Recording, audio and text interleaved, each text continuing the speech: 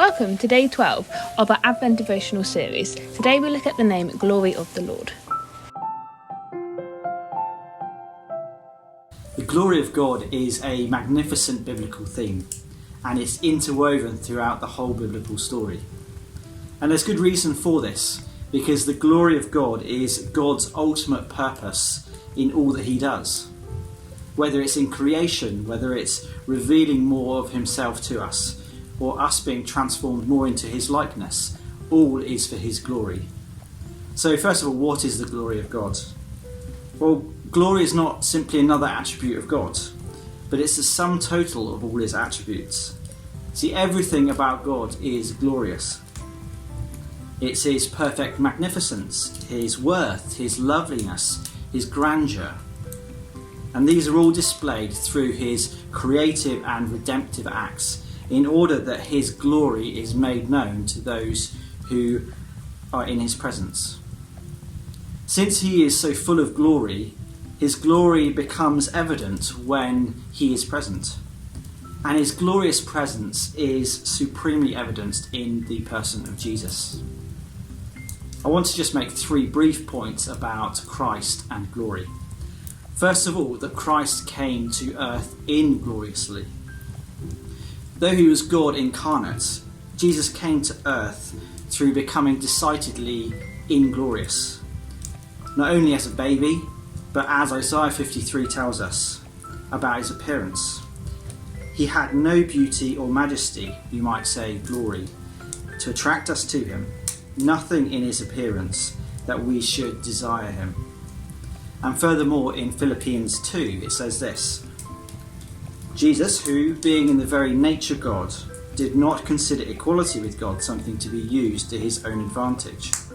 Rather, he made himself nothing by taking the very nature of a servant, being made in human likeness.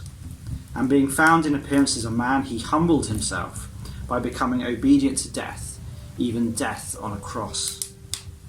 See, Jesus, he came to be identified with sinners and to bear the suffering and the shame that is owed to sin. And yet the irony is that at the cross, the most inglorious experience a human could ever experience, we see the glory and the love of God displayed most brightly. Secondly, Christ, he did not seek his own glory. See, Jesus, he steadfastly refused earthly honours, power, prestige, wealth or glory. This was simply not his calling on earth. Rather, the glory that Jesus sought was not the glory of this world. We read in Matthew 4 that Satan, when he tempted Jesus, he took him to a very high mountain and showed him all the kingdoms of the world and their splendour. All this I'll give you, he said, if you will bow down and worship me. Jesus said to him, "Away from me, Satan, for it is written, worship the Lord your God and serve him only." Jesus, in effect, he said, I'm not here to embrace the glory of the world. Instead, the glory that Jesus sought was the glory of his Father. And thirdly, Christ gives us an invitation to glory.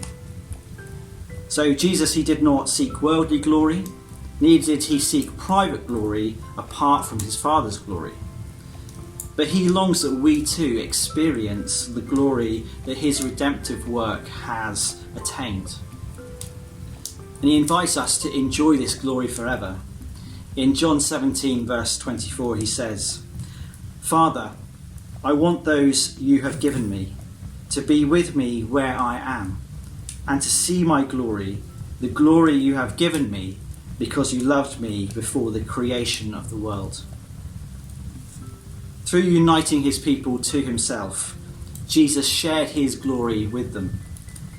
And all of this contributes to his glory, as God in his manifold perfections is exhibited, known, rejoiced in, and prized. And we might partake in this glory now, when we worship and we glorify him.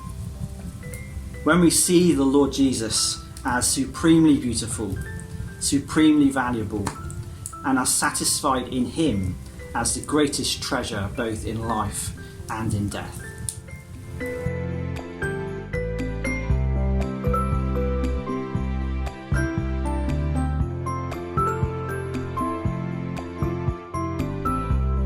We hope you enjoyed today's devotional.